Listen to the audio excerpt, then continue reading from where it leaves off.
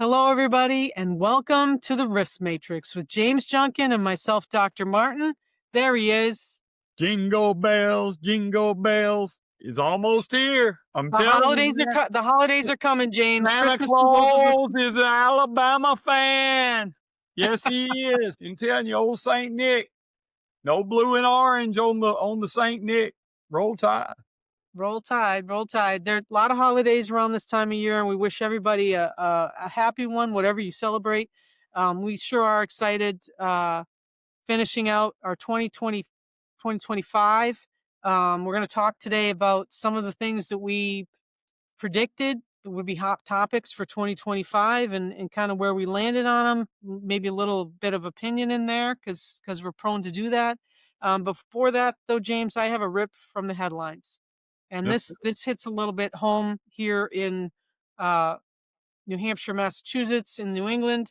We've had these happen in the past. We had another one happen this week, a trench collapse down on Cape Cod, and one worker was killed. Another couple were injured. Not really sure what the specifics were, but it was stated it was a complicated rescue for the ones that did survive. And I just want to bring that up there, James. I've seen this happen. It was an OSHA topic, a national emphasis, trench safety for a while there, and also in this region. And I can't say enough about the uses of preventative measures when we're working in excavations. Look, It's a sad day. my thoughts and prayers go out to the families of everybody that was involved in this incident and their co-workers. But I am tired of hearing about trench collapses and people dying in excavations. There is no reason somebody should die in a trench collapse and excavation. It is clear what the standards are. It is clear what the rules are. OSHA has begged and begged and begged and begged people on what to do to protect your workers. You cannot tell me that you don't know how to protect your workers in excavation and trenching. It has to end. It has to end. There's training years programs, back. education programs, or YouTube videos that can give you breakdowns of all these instances. Good training. Good training, James. I mean, we know what to do. I think workers know what to do. I think we get involved in these things. Just a quick minute, right? We had a couple years back. We had one where the trench box was on site or close by. They didn't want to use the trench box. It was just going to take a minute, and the worker died. That's right? all it takes. We had one. I think. Trying to remember. I don't think we worked this case. Maybe we did, at least in the preliminary, where we had a father on site as the foreman, end up burying his son and another co-worker in the trench collapse, right? Yep. Nobody means for it to happen. But all the I'm sorries and I wishes and we gonas are not going to bring them back. There's not going to do the right thing. So right. And I talk to people every day when I go out on sites, because I do a lot of site visits in the Boston area, site inspections, etc. And we talk every day about, well, it was only going to take a minute, or yeah, I mean, I didn't feel like it, or whatever, right? That's not going to be any consolation if somebody gets hurt, right? There's no consolation for it, and you're going to wish you shoulda, coulda, woulda. And so, I say to these people, you need to do the right thing now, even if it takes some extra time. Most common phrase before disaster: we ain't got time for this crap. Well, you're gonna make time at the deposition. That's right. That's right. Okay. So let's get into our 2025. 2025 kind of, they weren't really predictions. Maybe they were predictions. Yeah, we were, the episode 76. If you want to check us out, go back to episode 76. Today is 120, about to start season 3 of the Risk Matrix. But these were some of the things that we predicted would be hot issues in 2025. So let's see if we were right. Yeah. So let's talk about the first one because this is kind of my pet peeve. We talked about this on the phone yesterday, actually. AI integration into OSH, right? We got a lot of talking heads out there right now. AI is the next big thing. AI. Okay. What have we seen? A lot of talk. A lot of I talk don't about know AI. we've seen it actually improve worker safety. What I've seen it do is become a crutch in some cases, for original thought, Agreed. okay? I think I can agree there. I think I can agree with the fact that we bring it up a lot. I see a lot of talking heads, academics in particular, that are talking about the use of AI to do better data crunches, to look for new ideas on how to look at, who's a good company, who's a bad company, or we have risk, don't have risk. But I haven't really seen anybody doing the work to show us how AI can be used, right? It's all theoretical at this point. Yeah, And I see people using it in create me a JHA on this, right? Write me a policy on that. And the problem with that is it misses the nuances. The AI only knows what you give it. And most that's right. people are not putting the right prompts in to generate the response from the AI that's specific enough to be used as a work instruction. And we spend 5 minutes doing that and it spits it out. We don't check it. Next thing you know, we're putting it out there. It's a deliverable. I use AI every day, and it's great. It gives me a lot of, But you um, check it. yes, absolutely. Right. Gives me a That's right. lot of things to build on, stuff that I haven't considered, helps with tremendous amount when it comes to research. Use it responsibly, but walk back and check it and make sure you're adding to anything you're producing with AI. For example, training programs. I can go right into this AI and say, make me a training program for lockout tagout, but you better check it. Better check it. Better check it. Okay. So it has become the buzzword in safety in 2025.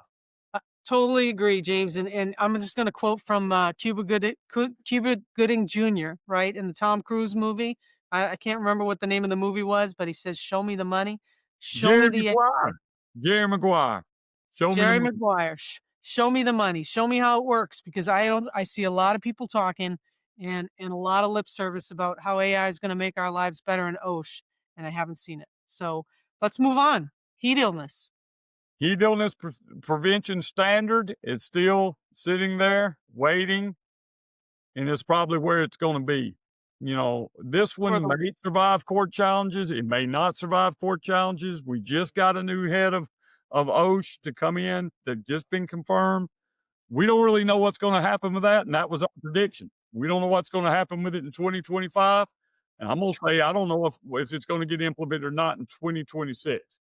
A lot of pros and cons in that standard related to acclimatization periods, how workers get paid during that acclimatization period, the threshold when it comes to temperature. But let me say this while we're arguing about all that, you still need to protect your workers.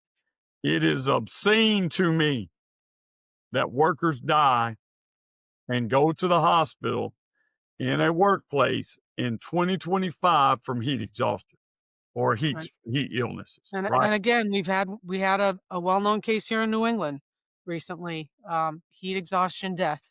And I can't stress enough. It's very simple. Some of these things are pretty complex in the heat illness prevention standard that's been proposed, but there are some simple things that we can do. And you know, again, it's like having a policy and putting that policy into action. And Are we OSHA giving will people rest? enforce this under the general duty clause. A lot of state plans are, in the absence of a federal plan, a lot of states are taking up action. I think there are 9 states. Somebody can check me on that. But I think there's at least 9 states that either have a heat illness prevention standard or have one under consideration right now. Number three, James. Number three. Ready? Remote Yep. worker safety. I Go. love I love this area, right? I think that there's some tremendous tech that has developed over the last 5 or so years, maybe even over the last decade on remote worker safety.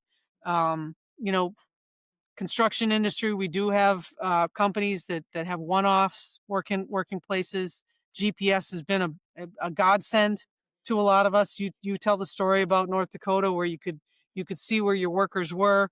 We have all kinds of remote worker safety or worker monitoring devices that have come on the market within the last several years that are tremendously, they're saving lives, they're monitoring workers, and they're making sure that we can actually keep tabs on people when they're working alone. Now, I've been surprised in assessments how many companies, though, have remote workers, i.e., working alone, right? A lot of these cases, they're not working in groups or working alone, but we don't have a working alone policy program. And if we have the policy, we're not really implementing it. It's in paper only. So, didn't investigate these instances, but was made aware of a couple of real serious instances where people perished in 2025, and it was hours before they were discovered. And in one instance, discovered by their family members who couldn't get them on the phone and came working for them. You don't want to be in that situation as a company. If somebody needs help, we need to be able to get it to them quickly. So dust off your worker alone policies. Again, make sure you're trying to implement that. I'm actually on the ISO committee that is working on a standard for remote worker safety. Hope to have something out pretty soon on that. Number four, we talked about this ad nauseum In the last episode and in other episodes this year. in the workplace, mental health in the workplace. People bring their problems to work, and people's work problems they take home. And that's not going to change. That's not going to change. So we need to have ways to deal with this. I think, have we come a long way? Yes, we've come a long way. Do I think that we've made great strides in mental health um, things in the workplace? I think we've given it more light. I think When we we've come raised more awareness to it, but I don't know that we've done a good enough job of actually implementing things in the workplace. I agree. I think we've got a lot of people talking about psychological safety, psychosocial hazards, all these different things, but actually putting it into practice and training people as mental health first aiders, or to be good leaders and good observers in the workplace, to help each other. I'm not so sure that we've done that great of a job. There are some companies that are doing great things, but I think overall we need to um, do a little more work there. Chevron deference. All right, I'm gonna modify this one to Supreme Court actions. Okay. Okay, because when we first came out with this was the Chevron. The Supreme Court had struck down the historic case of Chevron, which gave deference to administrative agencies. Now you're seeing the court become more strict constructionist in their interpretations of authorities granted to agencies. And they're saying Congress needs to speak, not the agency, right?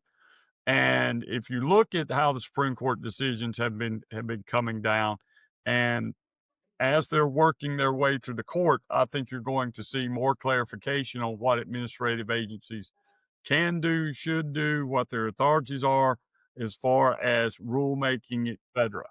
So I'm anxious to see what happens in 2026. I'll also say someone asked me about changes in employment law yesterday, what my views were. What I see on that track is just remember President Trump's executive order for every one regulation you put in place, you have to have 10 that come off the books. So I don't know you're going to see a tremendous amount of new regulations come out of this administration in 2026. I'd be shocked. I'd be Yeah. surprised. Okay. Let's talk about worker empowerment. Right. We touched on this in our last episode a little bit about making sure that number one, employees are trained correctly and given, you know, see something, say something, making sure that they know the signs of mental health problems, they know conflict resolution, etc. But putting into practice, how have we done with worker empowerment? Do you think this I past year? think I think companies are clawing back. When we talked about this, work from home was a big thing coming out of COVID. A lot of people were working from home. You've seen companies say, "Okay, you're coming back to the workplace."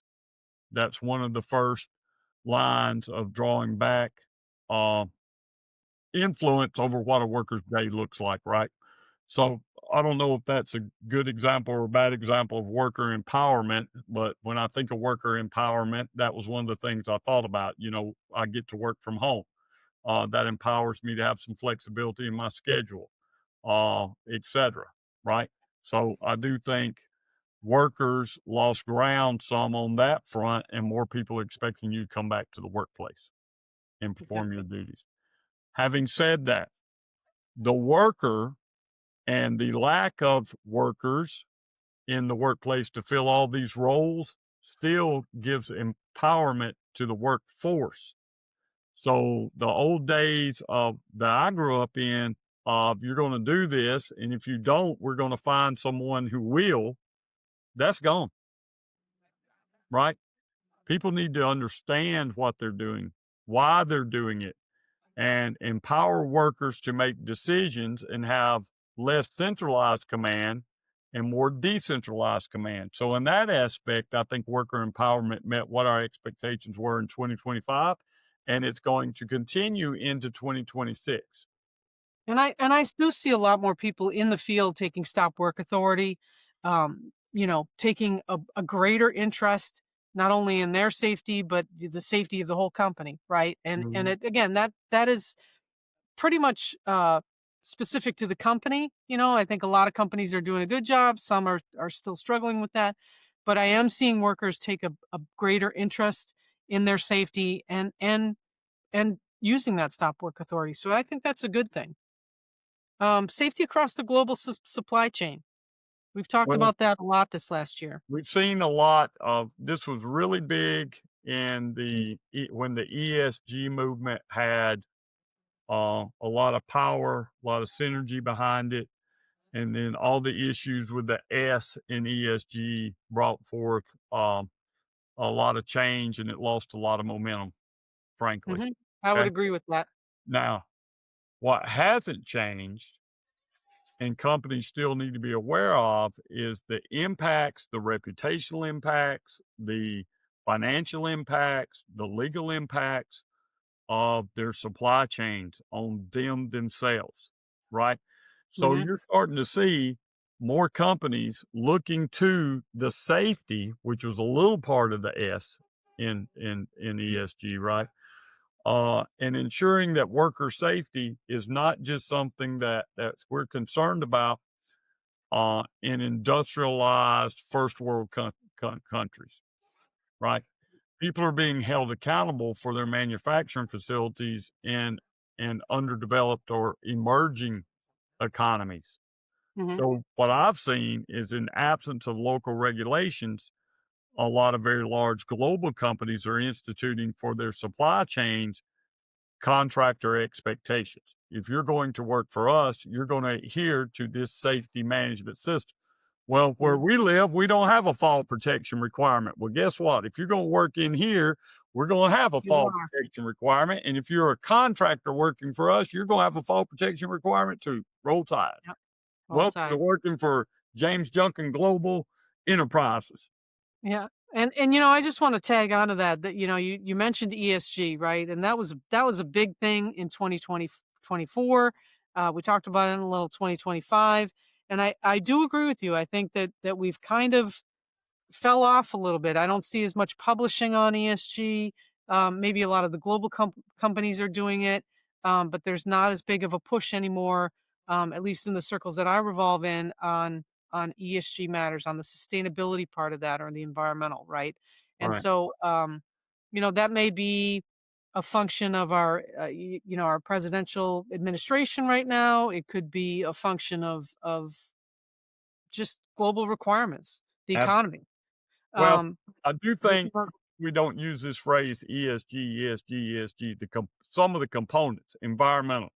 You right. don't think, hey, you don't think environmental is important? Call BP and ask them if they think environmental is important. They'll tell you it's Yeah, important, right? Having lived through the 2010 oil spill.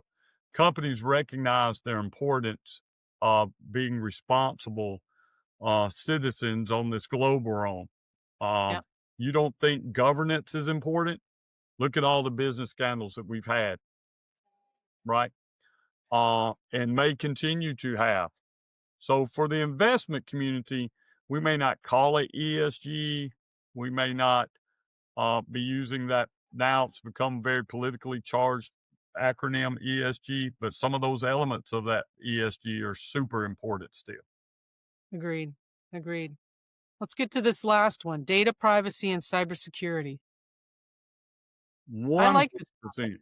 I love this topic. It was a big issue in 2025. It's going to be a larger issue in 2026 and beyond, particularly as we get into the human robotic AI backed collaboration. Okay. Yep, I As we agree. as we begin to take AI out of the computer and put it into devices that become assistants for us in the workplace and we work together, that's Yep, going to be very important. Particularly when it comes to data privacy. I don't know if you saw 60 Minutes last week, but the AI assistant that they had um, read all their emails and drew some very interesting conclusions about coworker interactions from the emails. Then that yep, the AI needed to be taken to HR and told you can't say that in the workplace, buddy. I'll get you yep, fired around here. But yep, I think as it grows, matures, it'll get more boundaries around it. Uh, but as far as data privacy is concerned, cybersecurity is concerned, there are a lot of bad actors out there. And the yep. AI just helps them be even better bad actors. Phishing scams. Uh, I had one yesterday that was so real. It was from one of my vendors saying if you would sign up for this, you could get paid early. And I thought, wait a second, if you want to pay me early, Like, sign me up. just send me a check, right? Why have I got to sign up and put my information into this? But it looked real. It had their logo on it. It had their email address was plausible, and it was a scam. It was a Yeah, scam. Unknowing folks would have put their bank account information and routing numbers in there, and the next thing you know, they're broke.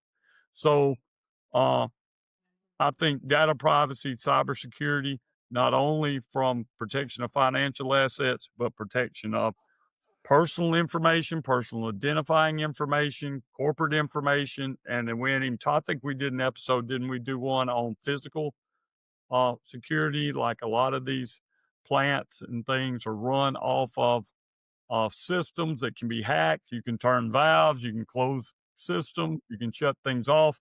So look, there are a lot of ill actors out there that will use technology against you. yeah, and I've seen this too on construction sites. We're becoming more automated, and we're transferring a lot more data on some of these large projects, and it's just a big security risk, right? Um, about data systems in buildings. The more buildings become automated, etc., we put ourselves at risk of being hacked or taking our systems down when we least expect it. So We I agree skipped with that. we skipped one and we talked about long-term effects of COVID.